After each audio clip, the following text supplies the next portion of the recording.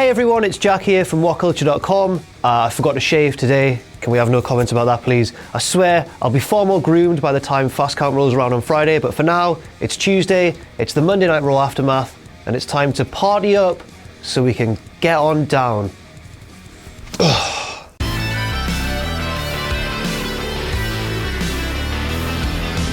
First, we start off with a major up. Now, WWE referred to Roman Reigns' suspension straight off the bat. Seth Rollins came out, acknowledged what Roman had done, and it was referenced throughout that opening segment. And this is really a groundbreaking thing for WWE because normally they sweep wellness policy violations under the carpet. But in such a big case, you can see why an exception was made because it does build up to that main event of Battleground. So it was a brave, bold step, but one that I certainly agree with.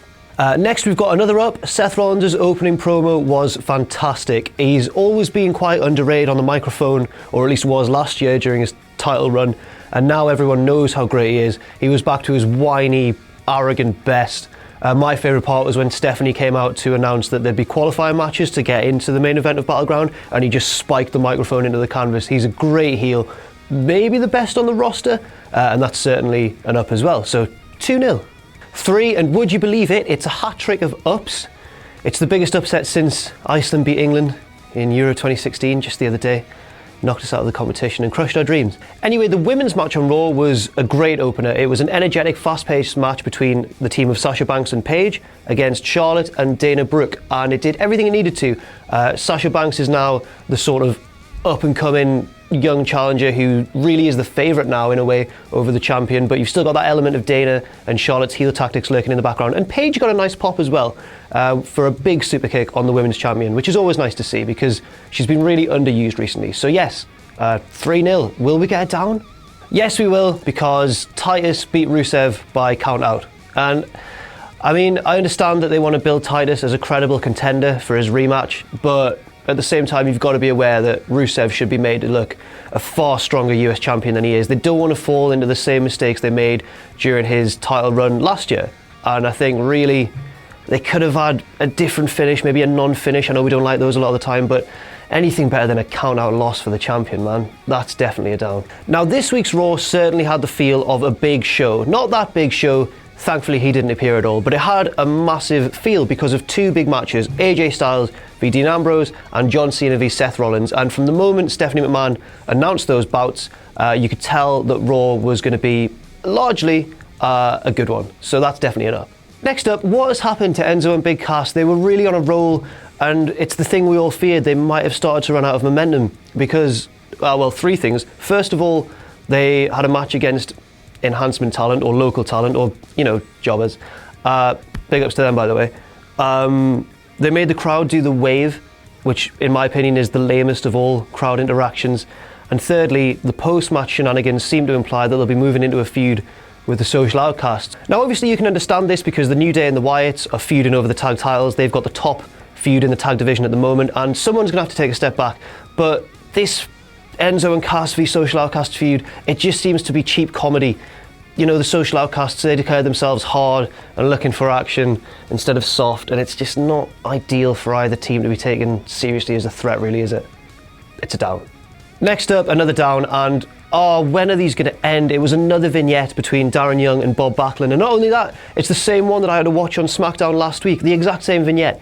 WWE have a real problem at the moment with stretching on video packages for far too many weeks. We saw it with the Shining Stars. Where are the Shining Stars, by the way? And now we're seeing it with Darren Young and Bob Backlund. When are they going to actually make their debut as a unit on Raw or SmackDown? Who knows? Maybe they never will.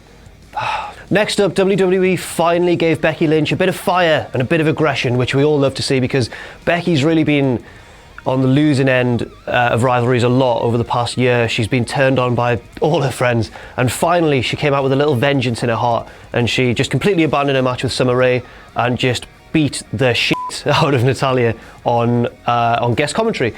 And this is good because, you know, Becky's always portrayed as a fiery last kicker and all the rest of it, but she's never really been given much to back it up, and hopefully this feud can be the first step in her sort of transformation into a far more believable, far more badass character as well. So that's definitely an up. Next up we had Kevin Owens v Sami Zayn, and I mean, I'm going to give this one an up because they fought a lot, but it looks like this will be heading towards a big match, or at least maybe even a series of matches through the summer. Hopefully we'll see some different stipulations, some brutal action. So that's an up. I'm going to follow it up immediately with a down, because why was Jericho there? This whole thing played out on a Talk is Jericho segment. Not Talk is Jericho, that's his podcast. On a, highlight reel. Highlight reel. And for all of you who say, oh, Jack's shtick is that he just pretends to make mistakes and all the rest of it, that was a real mistake, yeah? Which makes me less of a pro, I guess. Jericho was a massive third wheel in this segment, and even though it got a nice pop when Owens and Zayn took him out with super kicks, I don't think Jericho needed to be there at all. So an up previously for the Owens and Zayn rivalry continuing and developing, but a down for Jericho's involvement at all. Drink it in, man. Next we have something I never thought I'd be happy about ever, but it's the return of The Miz, and for all the hatred Miz gets, he probably is one of the most legit heels in the modern day WWE. He doesn't really do this Kevin Owens thing where he tries to be cool as well as a bad guy. He's just a full-on detestable man, and you've got to give him props for that, as weird as it sounds. He was back with Maurice, who's also fantastic, and you know what? It's refreshing to see the Intercontinental Champion back on the scene, so that's definitely an up for now. But who was his mystery opponent for the Intercontinental Championship? Oh, it was Kane, and you could hear the palpable lack of care from anyone in the crowd, and I feel bad for Kane because he's put in so many years of service to WWE, but I think it might just be time to let it go, Kane. Maybe one last big feud against someone also old, not against The Miz. Sorry, Kane, I'm sorry. Next up, we had that tag match between Apollo Crews and Cesaro and Sheamus and Alberto Del Rio. Several things wrong with this. First of all, Sheamus and Del Rio have already fallen out. It wasn't a surprise at all when they bickered and argued. Secondly, I don't really want Cesaro to be paired with Apollo Crews. It does elevate Apollo slightly, but they need a decisive victory, one that demonstrates a lot of chemistry between the two, rather than something where all the attention's on the heels falling out. Do you know what I mean? And thirdly, I just don't like this Apollo Crews and Sheamus feud, I'm afraid. Apollo, it should have been one of those ones where Apollo beats him first time out, gets that immediate elevation. Now he's stuck in another one. It's exactly the same as Corbin and Ziggler, really, and this whole storyline really hasn't got me enthusiastic at all, so that's a down. Next up, we've got another up, and it's a feud that I'm really quite excited about. Against all odds, I thought it was a bad idea at first. I thought both teams were a bad match, but the Wyatt and the New Day are going in a very interesting direction because Xavier Woods looks absolutely petrified. People have been speculating, is he going to join the Wyatt family? Is he just going to be rendered ineffective against them? Could it lead to a breakup of the New Day, and would that even be okay? Because everyone's always said, oh, I'd hate if the New Day broke up. But if they broke up for a feasible reason that then fed off into future storylines, I'd be absolutely fine with that. So this whole thing's actually got me quite excited, and it'd be nice to see the Wyatt family have the tag team gold as well. So this one, by all accounts, is an up. And sadly, one final down to round things off. You may have noticed that the top belt wasn't referred to as the WWE World Heavyweight Championship anymore. Everyone seamlessly went back to calling it the WWE Championship.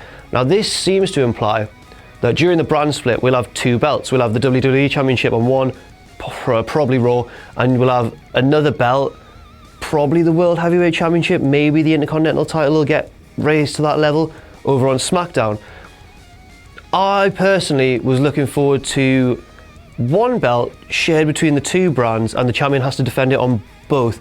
That would have been quite complex to work through, but I think WWE could have done it with the strength of the roster they've got at the moment.